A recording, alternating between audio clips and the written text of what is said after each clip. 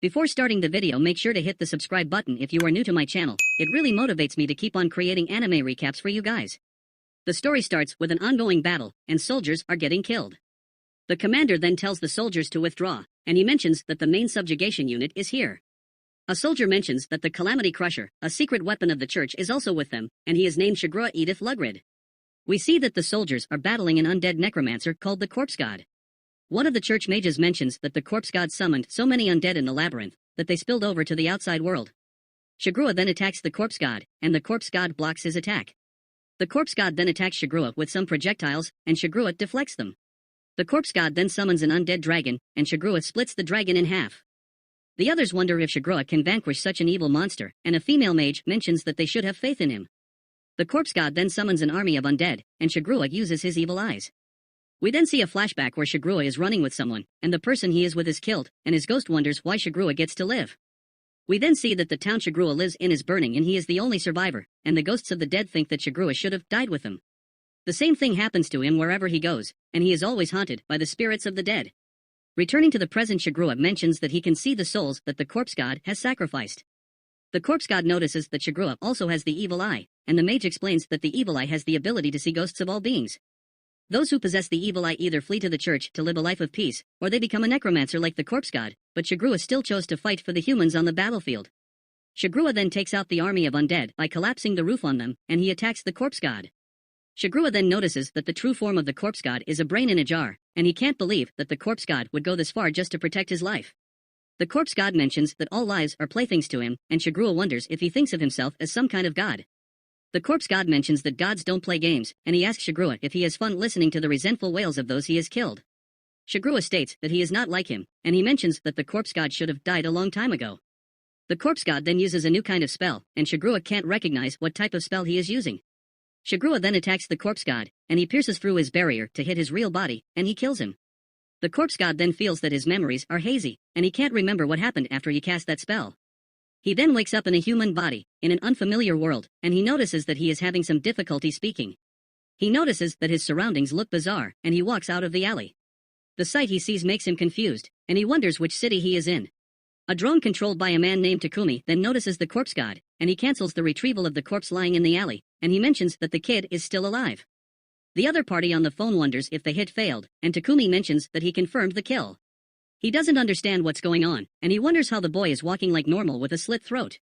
Meanwhile, the Corpse God doesn't understand where he is, and he thinks that he has never seen architecture or writing like this. He notices a television, and he wonders if that's a projection spell, but he doesn't sense any magic at work.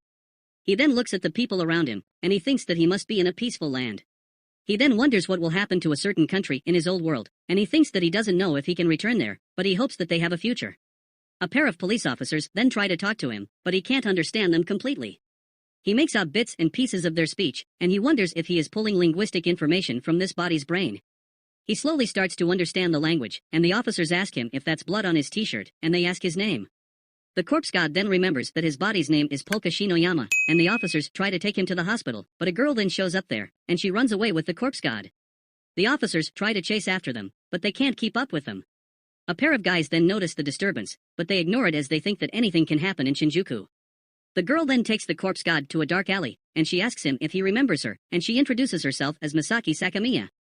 The Corpse God remembers some of his memories relating to her, and he thinks that she must know the owner of this body. The girl then examines the Corpse God's body, and she notices that everything is normal. She confirms that he is alive, and she mentions that she is going to kill him again. Misaki reminds him that she killed him by jamming this crowbar through his throat, and the Corpse God remembers that this girl is responsible for killing the owner of this body. He tries to run away, and Takumi is spying on them with his drone. Takumi wonders what a 16-year-old boy could have done to have someone pay for a hit on him, and he mentions that Polka should stay dead this time, otherwise the retrievers won't get paid. The scene changes and Polka is hiding in an abandoned building, and he thinks that this land is weird as he can hardly sense any spirits here. He thinks that this body has close to no magic in it, and he can't even cure a simple wound like that. He doesn't understand why this is happening, and he thinks that he will die if he sustains a single fatal blow. Misaki then finds the Corpse God, and he dodges her attacks. Misaki mentions that seeing him resist turns her on, and they fight using some pipes. The Corpse God thinks that he can react to the attacks, but this body is not fast enough. He then tries to run away, but Misaki attacks one of his legs with her knives. The Corpse God refuses to die so easily, and he attacks Misaki with the same knife, and she dodges. The corpse god then runs away, and Misaki thinks that she has killed plenty of gangsters, but this is the first time she felt intimidated. The corpse god then enters a strange room, and Misaki tells him that this room is quite famous in her line of work. The corpse god tries to run, but she hits his leg once again, and she mentions that the Yakuza used this room as an execution ground. According to rumors, this place is haunted by ghosts, and people steer clear of it. The corpse god then mentions that she is right, and with his evil eye he notices the ghost of several people in the room. The corpse god thinks that the evil eye must be an ability of the soul since he can still use it in this body.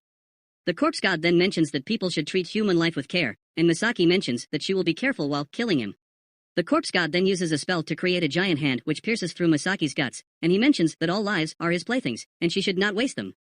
Takumi sees this with the help of his drone, and back at the corpse god's original world, Shigurua thinks that his job is still not done. The female mage wonders what he means, and he mentions that he knows that the corpse god's spell took effect before his sword struck him. The spell reminded him of teleportation magic, and his soul vanished too quickly. He wonders if he truly succeeded in slaying the corpse god, and the female mage mentions that according to the church, all traces of the corpse god's soul have vanished from this world. She mentions that Shigurua has saved the world, and he hopes that it's true. Back at the modern world, the corpse god mentions that he can feel his magic again, and he can think clearly now. He mentions that he doesn't know why Misaki wanted to kill Polka Shinoyama, but he is thankful to her for bringing him to a place full of magical power. The corpse god thinks that he might be able to lead a peaceful life in this world, and he then tells Misaki to stop pretending to be dead. Misaki doesn't answer him, and the corpse god waits a while for her answer. She still doesn't answer, and the corpse god finds out that she isn't pretending, and she is really dead. The story continues, and the death god mentions that he has always desired peace, but those born with the evil eye can never hope for it. He states that after his father sold him to the court mage, he strode to the battlefield as a necromancer, but later the empire fell, and he wished to live quietly in peace. The death god then went to a cave, and he noticed some children there, and he started leaving food for them every day without revealing himself. One day the children find out the death god, and they start living with him. The children grow up, and everything was going peacefully, until the church intervenes in his life, and they declare the children as defiled for living with a necromancer. The church kills the children, and the death god laments on their death. The death god then initiated his vengeance on the knights who killed the children, and his vengeance continued over the course of a century. Soon the coal mine that the death god lived in became a labyrinth crawling with corpses, and even after all this the death god still desired peace. He couldn't die a natural death at this time, and he waited for centuries for someone to come and slay him, and then his secret art of reincarnation succeeded. The story returns to the present, and the death god can't believe that Misaki died from a single stab to the gut. He wonders if she has a healing potion or an item imbued with a curative spell, and he thinks that he killed her before he could find out which continent he is in. The death god then thinks that he can't live a peaceful life if he is on the run from the city watch, and Takumi is watching all this with his drone. Takumi then wonders what is going on here, and he thinks that he has finally gone mad. A woman named Karaki Lisa then contacts Takumi, and she asks him why it's taking so long to complete the mission.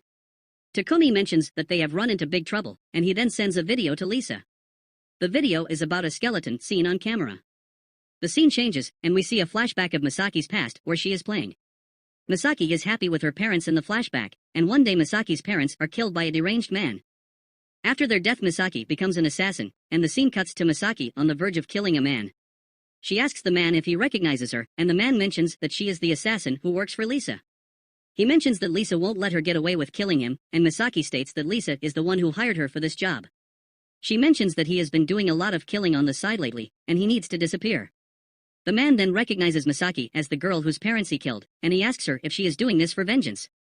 The man then asks Misaki if she thinks that she is some kind of hero who only kills Yakuza and hitmen, and Misaki mentions that she doesn't think that. She states that watching him have fun while killing made her wonder if it's really that much fun to kill someone, and she decided to become an assassin. She then mentions that she has never checked if she can kill good people, and she then kills the man. Later Misaki takes the job to kill Polka Shinoyama, and Lisa tells her that he is not a killer like the others. Misaki mentions that it's fine, and she just wants to check how messed up she really is. Misaki then kills Polka Shinoyama, and she doesn't feel anything even after that. She then thinks that someone like her is better off dead, as having her around won't make anyone happy. She states that the only thing she hasn't tried yet is killing herself, and she then jumps off a roof. But she stops her fall when she hears her phone ringing, and on the phone, Takumi tells her that he doesn't mind if she kills herself, but she should finish her job before doing it. Takumi states that the boy she killed is still alive, and he is walking as if nothing happened. Misaki can't believe that the boy is still alive, and the scene changes to Misaki waking up in the present. The death god is glad that the magic worked, and Misaki wonders what happened to her gut wound. Misaki then asks the death god how she is still alive, and the death god mentions that she has been brought back with resurrection magic. Lisa then hugs Misaki, and she notices that Misaki is cold, and she doesn't have a pulse. The death god then mentions that according to the terminology of this world she is a zombie. Misaki is surprised to hear this, and the story goes back in time by 40 minutes. Takumi then mentions that he is an info broker, and he uses the net and drones for his work. He mentions that he also helps hitmen hide bodies, and he has lived a happy and discreet life up until now. He states that he wanted to keep it this way, and he wonders how he got himself into this mess. The scene changes to the death god, and he is surrounded by Lisa and her men. Lisa then asks her what he is doing with Misaki's body, and the death god mentions that he is going to fix her. The death god then starts healing Misaki, and Lisa asks Takumi if he is the one adding these special effects. Takumi mentions that he isn't, and the death god mentions that Misaki should wake up soon. He then asks them who they are, and Lisa mentions that they are friends of Misaki. She mentions that she came here to avenge her, but it looks like she is still alive. The death god mentions that she just needs a sorcerer to cast resurrection magic at her when she wakes up, and Lisa and her group doesn't understand what he is saying. The death god then asks them if this country has practitioners of magic, and Lisa states that he is the first one that she has seen. The death god then stops using magic, and he mentions that they just had a mass hallucination. Lisa mentions that he can't fool them, and the death god wants them to pretend like they never saw any of this. He tries to force them, and the other party takes up arms as well. Lisa then wonders what she should do, and she asks the death god for some time to think things over. The death god gives them some time, and he thinks that he isn't sure if he has enough mana to fight or flee. Lisa and the others then hear police sirens, and Takumi informs that a fire has broken out in the Shikuzawa building. Lisa mentions that she is worried about the children in the building, and the death god asks them what's going on. Lisa mentions that there is a fire in a building, and the death god asks her who are the children that she was talking about. Lisa mentions that there is a nursery in that building, and they look after Yakuza orphans. The death god then asks them to take him there immediately, and Lisa wonders why he cares about them. The death god mentions that being burned to death is painful, and little children shouldn't suffer such agonies. Lisa then tells Takumi to show him the way, and Takumi shows him the building. The death god heads to the building using his magic, and he notices the children inside using his evil eye. The death god then uses a skeleton to propel himself inside the building, but he is so fast that no one notices him. Inside the building the death god sees the children, and he also notices the ghosts of their parents. He asks the ghosts to lend them a hand, and he makes undeads out of them. The undeads carry the children to the window, and the death god then uses his skeleton hand to land them on the ground. The onlookers take pictures of the hand, and the death god leaves the building. Takumi notices that the pictures are all over social media, and he mentions that he can't get a read on this guy. Takumi then tells Lisa that this guy is the type of monster that they should steer clear of, and Lisa tells Takumi that he should come back here as Misaki is about to wake up. Takumi can't believe that she is seriously going to wake up, and the story returns to the present. The others check if Misaki is really alright, and the death god can't believe that children still face disaster in this advanced nation.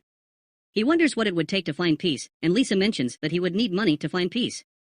Lisa then asks the death god what is his goal in this city, and the death god mentions that if he really is the only necromancer here, he would like to use his powers to earn money, so he can live in perfect undisturbed peace. Lisa then mentions that she can help him achieve his goals, and she introduces herself. She mentions that she will be his bridge to this city, and she assigns Misaki and Takumi to help him adjust to this city. Takumi can't believe that he is being assigned to watch over Polka Shinoyama, and he wonders how he got himself into this mess. The story continues, and Misaki notices that the news is reporting about the skeletons that saved the children from the fire. Misaki is excited to see this, and she thinks that ghosts must be real. Takumi mentions that this seems to be the case, and he states that they are closer than he thought.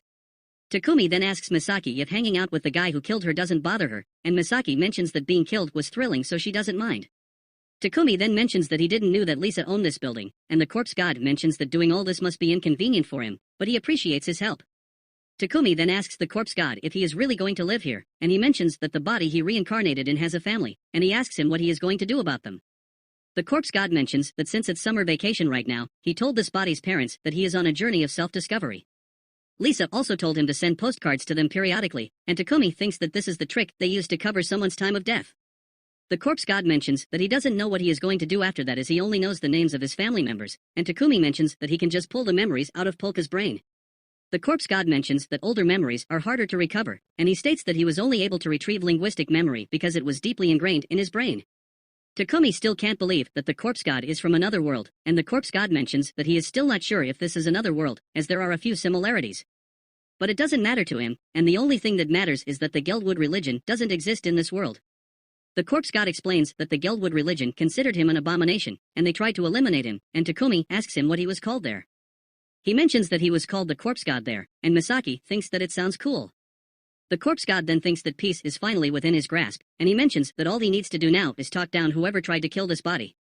Takumi mentions that neither him nor Misaki knows who the client was, and he tells him to ask Lisa about it. The corpse god mentions that he did, but she told him that she needs to keep that a secret, and she gave him this floor in exchange. Lisa also agreed to not accept any more contracts on his life, and Takumi mentions that Lisa is not the only intermediary for assassins. Takumi states that not many people could kill a guy like him, and he mentions that lemmings might be able to. Misaki then plays with the corpse god's undead minions, and Takumi wonders if the corpse god doesn't mind having Misaki around as she did kill him. The corpse god mentions that he wasn't the one who died, and he states that Polka has already told him to forgive her. Takumi then asks him if he has talked with Polka's ghost, and the corpse god mentions that he is right here in the drone. The corpse god mentions that Polka's soul was still around, so he imbued it into a body, and he mentions that he will find a substitute body for him soon. Takumi mentions that the corpse god swaps people's souls like dolls' clothes, and the corpse god mentions that all human lives are like toys to him. The corpse god then mentions that he needs to earn some money for the sake of his peaceful life, and he wonders what he should do. Misaki states that he can be an assassin, and a visitor then comes to meet Misaki. Misaki goes to meet him, and the visitor mentions that another gang's hitmen are after him, and he wants Misaki to help her. Misaki mentions that she is in the middle of another job right now, and Polka then accepts the job for her. Misaki then mentions that she will take the job if Polka's on board, and Takumi wonders what Polka's thinking. The scene changes, and the visitor leads Misaki to the gang's hideout. Misaki then goes in, and she is ambushed by the gang members. She takes down a few of the members, but the visitor from before shoots her from behind. The visitor then mentions that they are not really hitmen, but they will lose face if they don't get even for their boss. He then tells his men to finish the job, and he notices that the corpse god is behind him. The corpse god talks to some ghosts, and he accepts their request. The visitor tries to kill the corpse god, but Misaki then gets up, and the corpse god mentions that Misaki is zombie now, and a few holes won't be enough to kill her. Misaki then takes out a few more men, and Takumi contacts Polka, and he asks him if he knew that this was a trap. The corpse god mentions that he didn't, and he merely accepted the request of the children that haunt this man. The corpse god then takes out the rest of the men, and he mentions that he won't let these men kill anyone else. The scene changes, and Misaki and the corpse god returns to their building. Misaki notices that her wounds are already healed, and Takumi asks Polka why he listened to those dead kids as he mentioned that lives are like toys to him. The corpse god mentions that they may be like toys to him, but he loves toys, and he takes good care of them. Takumi then understands that the difference lies in how they see toys, and he thinks that the corpse god might be a dangerous guy, but he is still better than him and Misaki. Takumi then calls Lisa, and he asks her if she really backed out of the hit on Polka, and Lisa mentions that she did. We then see that a few more members of the same gang are about to make a move, but they are killed by a man named Lemmings. Elsewhere, Azuna asks Lisa if she is sure about Polka, and Lisa mentions that it's fine, as he has a soft spot for children, and this makes him easy to control. The phone then rings, and Lisa talks to the client who placed the hit on Polka. She tells the client that Polka has killed one of their stars, and the client tries to explain that he is just a normal high school student. Lisa doesn't believe him, and she mentions that she will have to put their relationship on a hold. Izuna then states that Polka really was a high school student until he died, and Lisa mentions that she isn't sure about that. Lisa then mentions that Polka should choose his dance partners carefully, and the scene changes to a man named Kuzaburo apologizing for not being able to pay for a costly beer at a bar. A man named Tsubaki is also at a bar, and he thinks that bars are ripping people off nowadays. Tsubaki then asks where Lisa is, and the bartender tells him that she will be starting her shift at midnight today. Tsubaki mentions that it's not her usual time, and he wonders if there is anything unusual going on. The bartender states that nothing unusual has been going on, and the scene changes to the death god.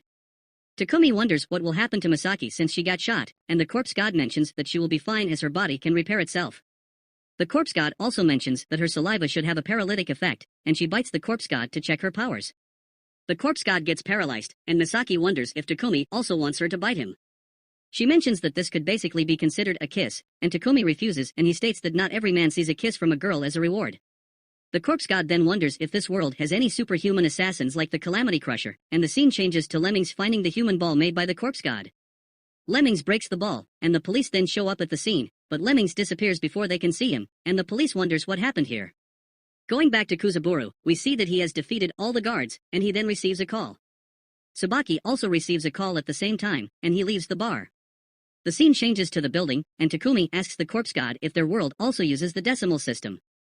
The corpse god mentions that they do, and Takumi then wonders if people from different worlds can really look this alike, and the corpse god mentions that he does have a point, and he thinks that this world and his world must be connected somehow. Misaki then thinks that she can use her bite to immobilize people now, and Takumi thinks that the corpse god must also have a lot of tricks to do that. Takumi then states that it was convenient that the corpse god hid the corpses of those he killed, and the corpse god then states that they are still alive, but he doubts that they are sane. Kuzaburo and Tsubaki then arrive at the scene of the crime, and they wonder who could do this. They state that their department is the only one who knows how to handle these types of cases, and they think that this person is just like Lemmings the Grim Reaper and the fire-breathing bug. Thanks for watching part 3, the rest of the parts will be on my channel. Please like and share the video if you enjoyed it, and make sure to hit the subscribe button, and turn on the notification bell to keep getting new anime recap